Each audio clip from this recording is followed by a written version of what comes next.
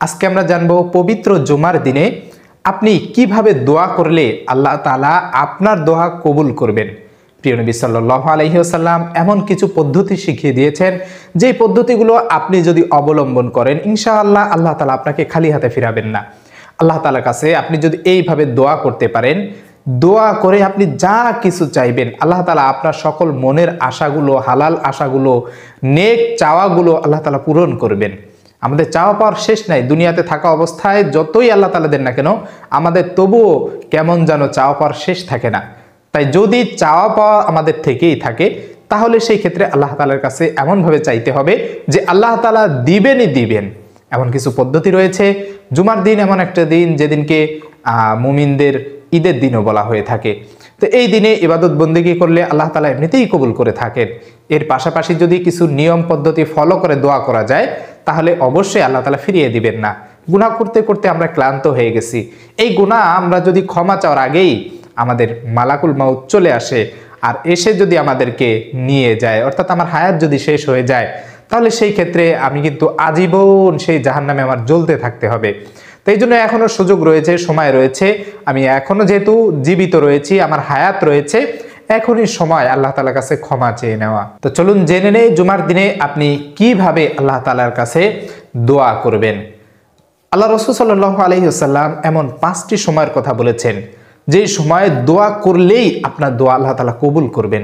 সেই 5টি সময়ের ভিতরে একটি সময় হচ্ছে জুমার দিন।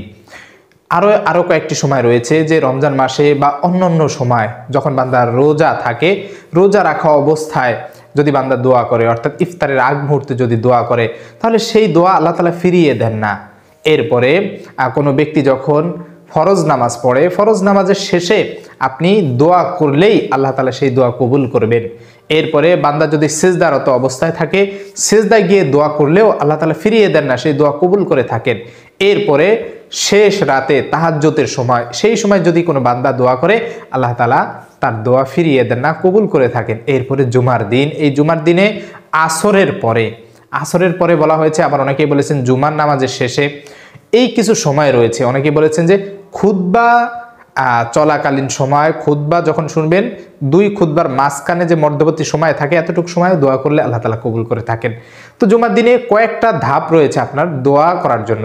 আপনি 2 খুতবার মাঝখানে যারা মসজিদে যান, পুরুষ ভাইরা, তারা সেই সময় দোয়া করতে পারেন। আসরের পরে দোয়া করতে পারেন। মহিলারা ঘরে বসে আসরের থেকে মাগরিব যে মধ্যবর্তী সময় রয়েছে, এই সময়টাতে দোয়া করতে পারেন, কারণ এই সময়টা দোয়া কবুলের সময়। তো দোয়ার যে পদ্ধতিগুলো রয়েছে, ফরজ নামাজের পরে এমনিতেই তো আল্লাহ তাআলা দোয়া করেন। প্রিয় নবী সাল্লাল্লাহু আলাইহি সাল্লাম ফরজ নামাজ যখন পড়তেন, ফরজ নামাজের শেষে কিছু বিষয়গুলো সামনে নিয়ে আসতেন। এই বিষয়গুলো সামনে এনে আল্লাহ তাআলার কাছে দোয়া করলে আল্লাহ তাআলা কবুল করবেন, এটাও প্রিয় নবী সাল্লাল্লাহু আলাইহি সাল্লাম জানিয়ে দিয়েছেন। নবীগণ তো দোয়া করলে কবুল হবে, এটাই স্বাভাবিক। কিন্তু আমাদের জন্য রাসূল সাল্লাল্লাহু আলাইহি সাল্লাম এই জিনিসগুলো জানিয়ে দিয়েছেন যে পাহাড় পরিমাণ যদিও গুনাহ হয়ে যায়, আল্লাহ তাআলা ক্ষমা করবেন। তোমার যদি সমুদ্রের ফেনা পরিমাণ যদি গুনাহ হয়ে যায়, আল্লাহ তাআলা কবুল করবেন। দুনিয়ার যা কিছু চাওয়ার, যদি কেউ অসুস্থ থাকে, রোগাক্রান্ত থাকে, অভাব অনটন দারিদ্রতার ভিতরে থাকে, ঋণগ্রস্ত থাকে, হতাশাগ্রস্ত থাকে, দুশ্চিন্তায় থাকে, যত সমস্যা আছে সব সমস্যা আল্লাহ তাআলা দূর করে দিবেন, যদি এইভাবে দোয়া করে আল্লাহ তাআলার কাছে সাহায্য চাওয়া যায়। তো কয়েকটা নিয়ম আপনি ফরজ নামাজের পরে ফলো করবেন। জুমার দিনে আপনি যখন আসরের নামাজ পড়বেন, আসরের নামাজের শেষে সর্বপ্রথম আপনার কাজ, যখন আপনি সালাম ফিরাইছেন, সালাম ফিরানোর পরে আস্তাগফিরুল্লাহ 3 বার পড়বেন।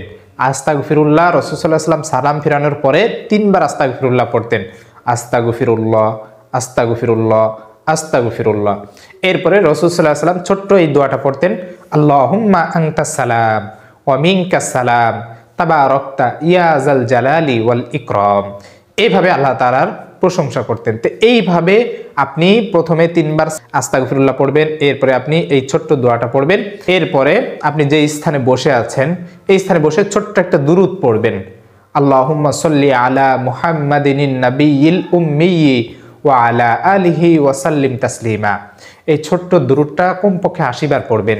অনেক বুজুর্গগণ বা আলেমগণ বলেছেন, যদি কোনো ব্যক্তি এই ছোট্ট দুরূদটা 80 বার পড়ে, আল্লাহ তাআলা তার জীবনের 80 বছরের গুনাহ মাফ করে দেন। সুবহানাল্লাহ, সুবহানাল্লাহ।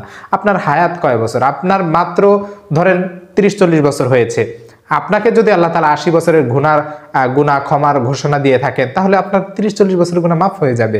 তবে এটা অবশ্যই সগীরা গুনাহ। কবিরা গুনার জন্য আপনাকে তওবা করতে হবে, আল্লাহ তাআলার কাছে সাহায্য চাইতে হবে। তো আপনি যখন দোয়া করবেন, এই যে আস্তাগফিরুল্লাহ পড়েছেন, 3টা জিনিস সামনে নিয়ে দোয়া করবেন। একটা হচ্ছে আস্তাগফিরুল্লাহ, অর্থাৎ আপনার নিজের যে গুনাহগুলো রয়েছে এইগুলোকে সামনে এনে একবারে ওয়াদাবদ্ধ হওয়া যে আল্লাহ, জীবনে অনেক গুনাহ করেছি, আর গুনাহ করব না, তোমার সামনে ওয়াদা করতেছি, এবং নিজের পিছনে যে গুনাহগুলো করেছি এগুলোর জন্য ক্ষমা চাইতেছি, আল্লাহ তুমি আমাকে মাফ করে দাও। এভাবে আল্লাহ তাআলার ক্ষমার উপরে ভরসা রাখবেন।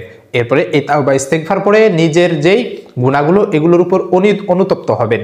তাহলে দেখবেন যে আল্লাহ তাআলা আপনার জীবনের সগীরা কবিরা শিরকি বিদআতে কুফরি যা আছে সব কিছু আল্লাহ তাআলা ক্ষমা করে দিবেন ইনশাআল্লাহ। প্রিয় দিনী ভাই এবং বোনেরা, এরপরে আল্লাহ তাআলার উপর এই ভরসাটা রাখতে হবে যে আল্লাহ তাআলা ক্ষমাশীল, আল্লাহ অবশ্যই ক্ষমা করবেন। যেহেতু আল্লাহ তাআলা কালামে পাকের মধ্যে জানিয়ে দিয়েছেন, লা তাকনাতু মির রাহমাতিল্লাহ, ও আমার বান্দারা তোমরা নিরাশ হইও না। আল্লাহ তাআলা নিরাশ হইতে নিষেধ করেছেন, তাই আমি নিরাশ হব না। আমার দোয়া আল্লাহ তাআলা অবশ্যই কবুল করবেন। আপনি যখন এই যে দোয়া করবেন, দোয়ার আগে ওই যে আপনি আস্তাগফিরুল্লাহ পড়েছেন, এরপরে আপনি নামাজের সালাম ফিরানোর পরে আস্তাগফিরুল্লাহ পড়ার পরে ছোট্ট দোয়াটা পড়েছেন, আল্লাহুম্মা আনতাস সালাম ওয়া মিনকাস সালাম তাবারাকতা ইয়া যাল জালালি ওয়াল ইকরাম। এরপরে ছোট্ট করে দুরূদ শরীফ, যেটা এই দুরূদটা 80 বার পড়বেন। 80 বার পড়ার পরে এরপরে আপনি আপনার মতো করে হাত তুলবেন। ওই যে বললাম যে আল্লাহ তাআলার ক্ষমার উপরে কিন্তু আপনার ভরসা রাখতে হবে, আল্লাহ তাআলার বড়ত্বের উপরে ভরসা রাখতে হবে। যদি এগুলোর উপর ভরসা রেখে, ক্ষমার উপরে ভরসা রেখে যে আল্লাহ ক্ষমা করবেনই করবেন, এগুলো রেখে এরপরে আপনি এই যে দুহাত তুলে অঝোরে কাঁদবেন।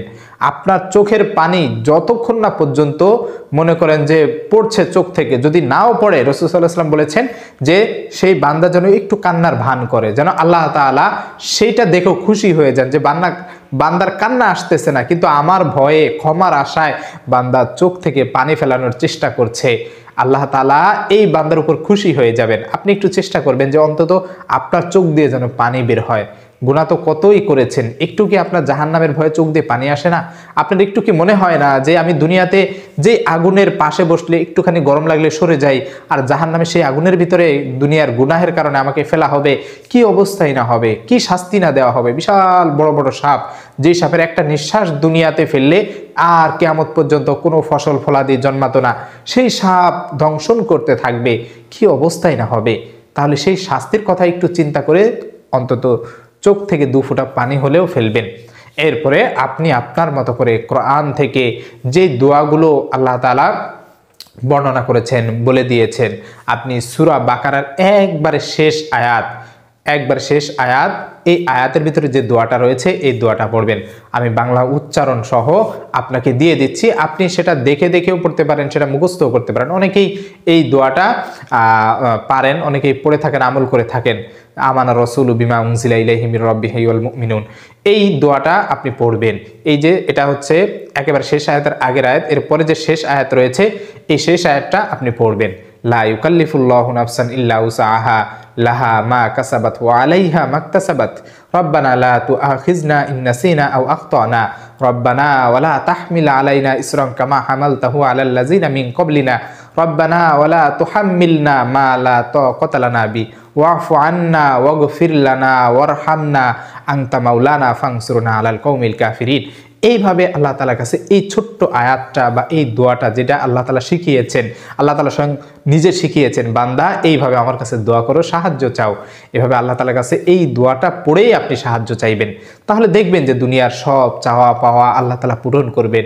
আপনার দুনিয়ার যত চাহিদা রয়েছে নিশ্চয়ই সেগুলো হালাল চাওয়া, এই হালাল চাওয়াগুলো অবশ্যই আল্লাহ তাআলা পূরণ করবেন যদি এইভাবে দোয়া করতে পারেন। এখনই সময় আছে, আপনি আল্লাহ তাআলার কাছে ক্ষমা চেয়ে নিন, এই নিয়মে দোয়া করুন, ইনশাআল্লাহ আল্লাহ তাআলা ক্ষমা করে দিবেন।